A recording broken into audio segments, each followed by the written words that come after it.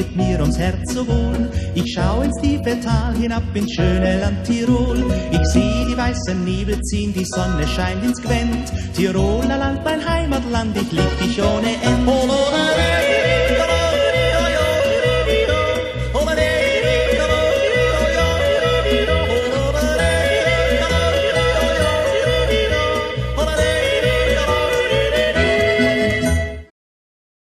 Okay, Act for Science, we need a good test, right? We need good comparisons to see how the Oberharz pattern really holds up. Some of these other great patterns. How about a Wetterling's Hudson Bay?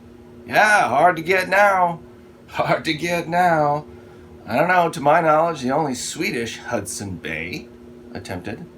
If there's others, please comment below. But it's a heavy guy, so it's 2.5 pounds up here. That's about the size of our Oberharz, all right, 26, 27-inch handle.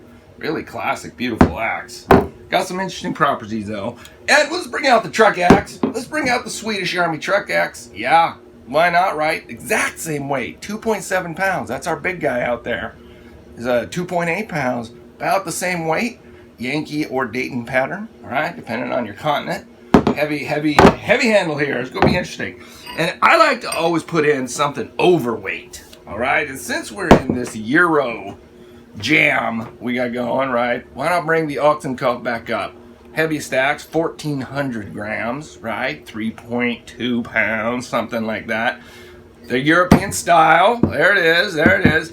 Barrel Wedge City, well, that seems to be the theme for this particular axe arena, right? So a little bit overweight, give us some idea of what design premium maybe we have on smaller axes, right? If you get the same power, same results out of a lighter axe, it's easier to use, right? Easier to carry, and you've got something in an axe design. Right then, how about a little winter chopping adventure? Not too bad. We'll not be able to get in here much going forward. Probably my last chance out here. So we brought, all right, so we got our Oberharz axe arena set up. From right to left, you're looking at, the weight, descending in weight. Ox head's heaviest there on the right. And I kind of think probably the East German 1 kilo guy is the lightest on the left. Don't got a lot of wood to choose on. We'll find some scraggly stuff that sees better days, and let's see how these guys chop.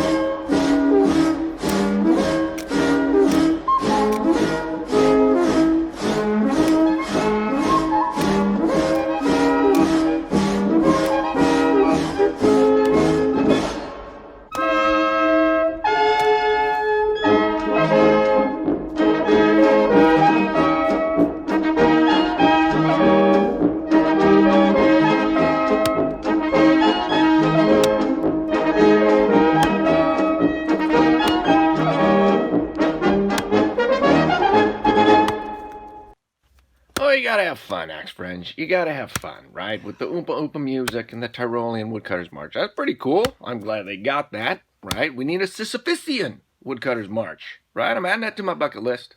That'd be a good thing to have my own march, right? Da, da, da. No, it won't be that. I'm sorry, I feel a little bad about using that one. That probably got in your head, ruined your day. It's also true in my evaluations that I kind of discount whether an axe is a good limber or not anymore. I really do. I'm being honest with you. If the axe is sharp, it's going to cut the little limbs off. That's what's going to happen. It's going to be okay, all right? Although, of course, obviously, if you're swinging above the waist or overhead, a smaller axe is far safer, far easier to use than a larger axe. But other than that, if it gets the limbs off, it's a good axe.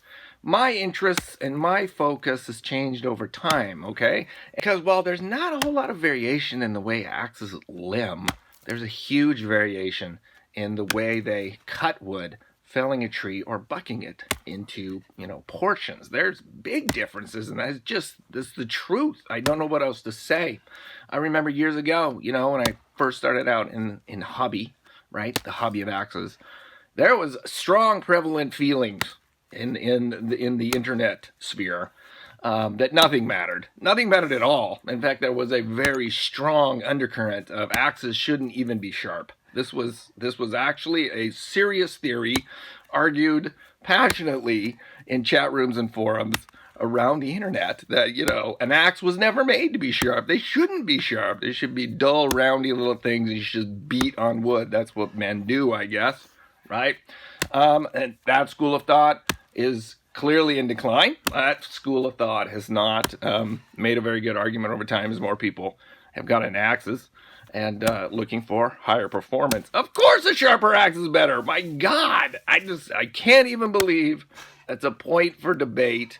Now, how sharp they really need to be. Do you need the Jedi edge, right? Or is a nice, crisp, well-honed edge plenty good for 99% of your axe work, okay? I'm a little bit in the latter camp now.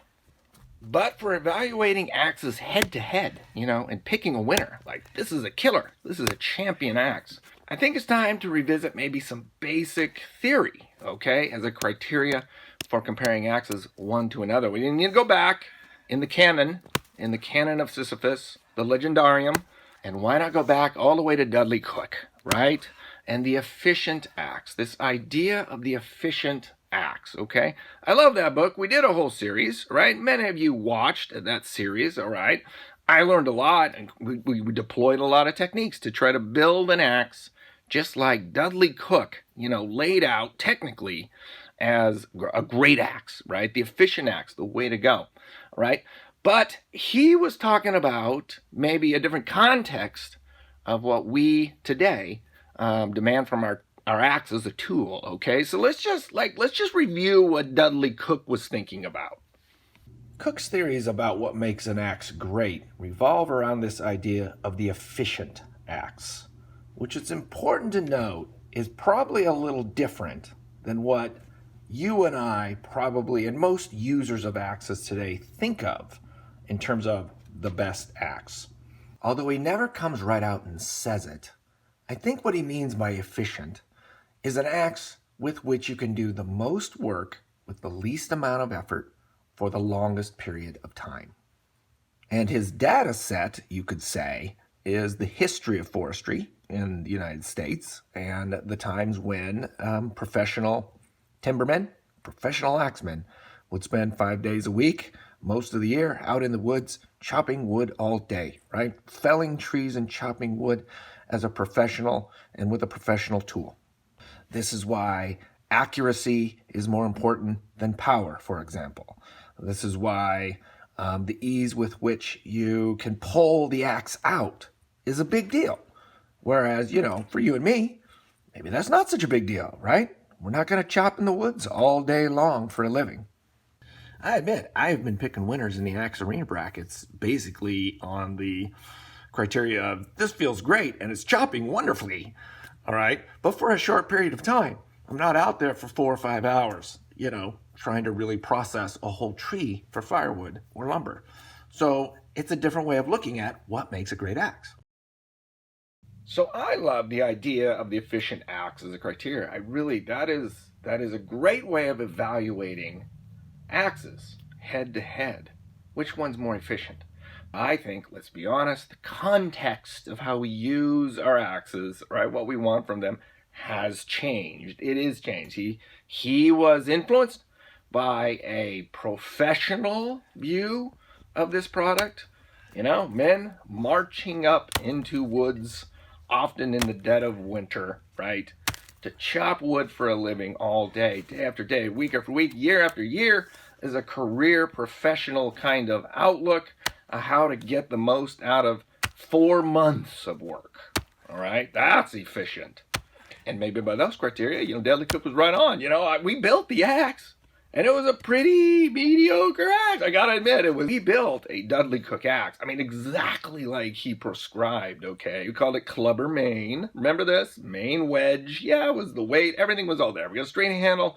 We had to glue stuff in the eye. It was a good time. We had a good time with that axe, okay?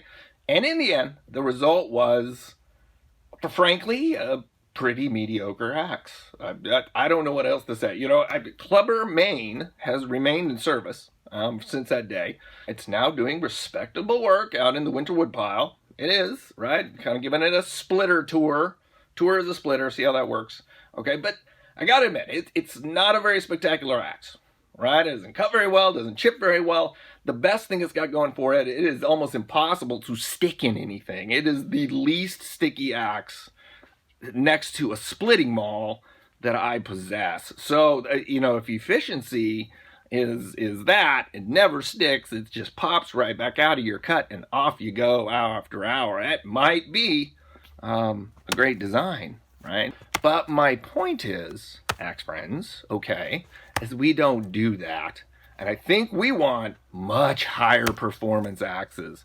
We want killers. We want wood cutting lightsabers. That's what we want, okay, that we can use safely, that we can use with confidence, that we can maintain, right, and protect our investment. It's kind of like when we want a great axe, we want a lot more performance, okay, for a cutting job that might last a few hours, okay?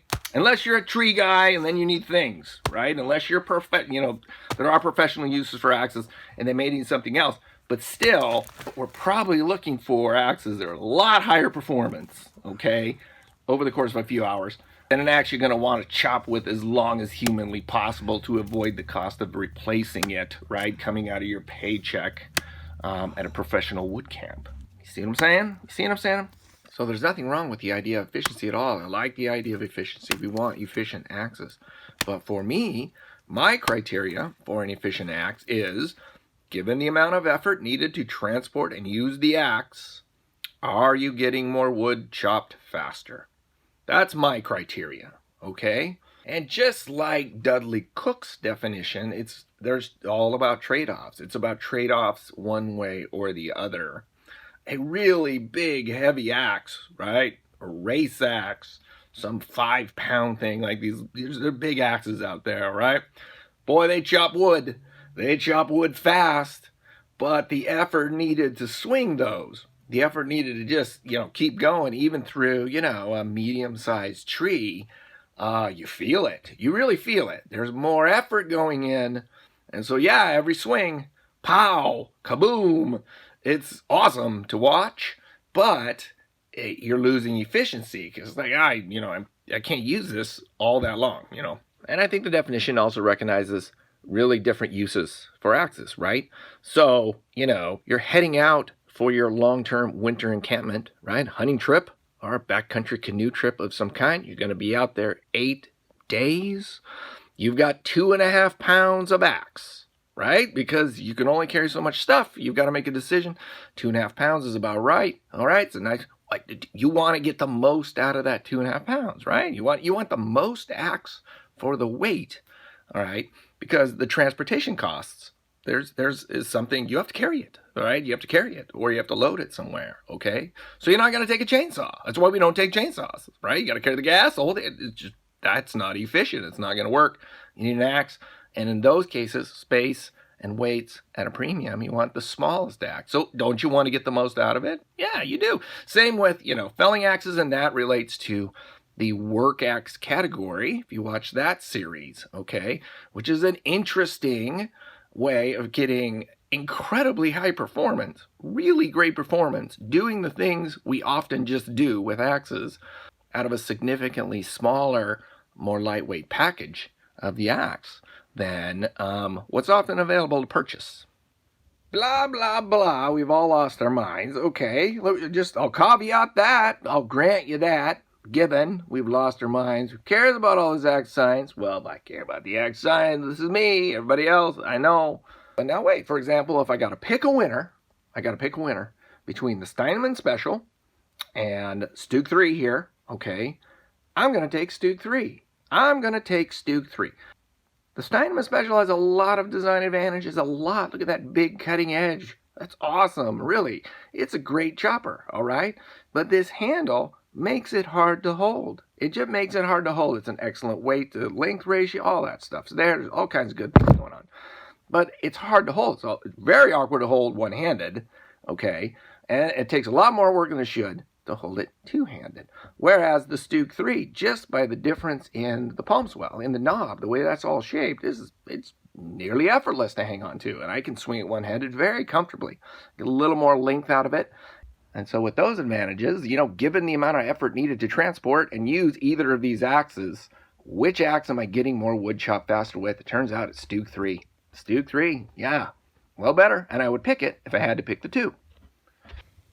And I find as the axes get bigger and heavier, this is even more true. All right, this, I don't know what you're going to call it, a design premium, okay?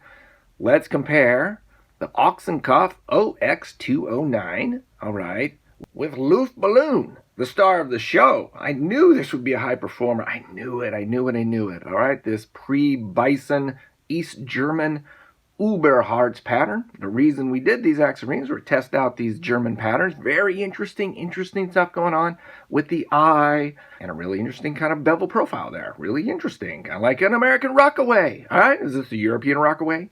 Is it the German cedar pattern? I don't know, kind of in that vein, right? But on paper, frankly, the ox head has got a lot of advantages. It's a full pound heavier than Luftballon. A full pound. More weight in the head, more length in the handle. I have hand filed a 20-degree inclusive edge on the ox head. Okay, modified it a bit, brought it down. Should be very competitive with Luftballon. And you should get more out of this axe than you should out of the smaller Luftballon. You should, right? For an extra pound, you ought to get more wood chopped. That should be the payoff for that extra effort and weight.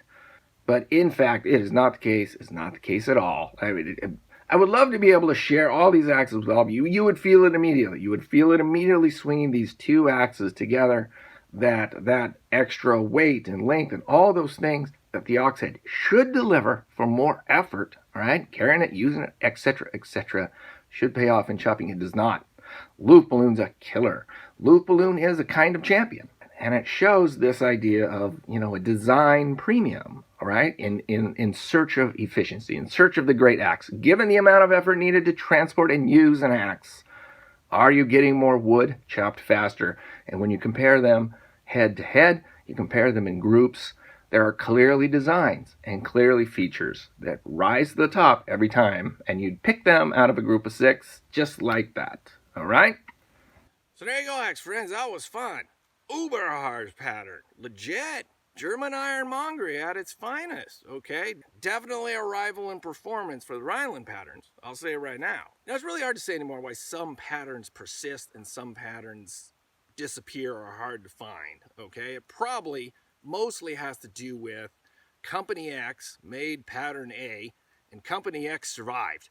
And that is, in and of itself, is amazing. That's a triumph anymore these days, given the number of axe companies around. It is hard to survive. It is not a get-rich-quick scheme. That's for sure, making axes. I'll tell you that from personal experience. I'll tell you that right now. So if Company X made it and they made a certain pattern, that pattern persisted. That pattern persisted. More people used it, got used to it, and that became what people thought of as an axe, right? But it's a lot of fun to go find them in flea markets, old barns, even on eBay, and fix them up. Try to build something special, right? Try to build a high-performance axe out of one of these old patterns. Then go have fun in the woods, right? That's what it's all about, really. Just go have fun in the woods. So thanks for watching. Thanks for tuning in. I hope you learned something. I did. Had a great day out here in the woods. So we will see you next time.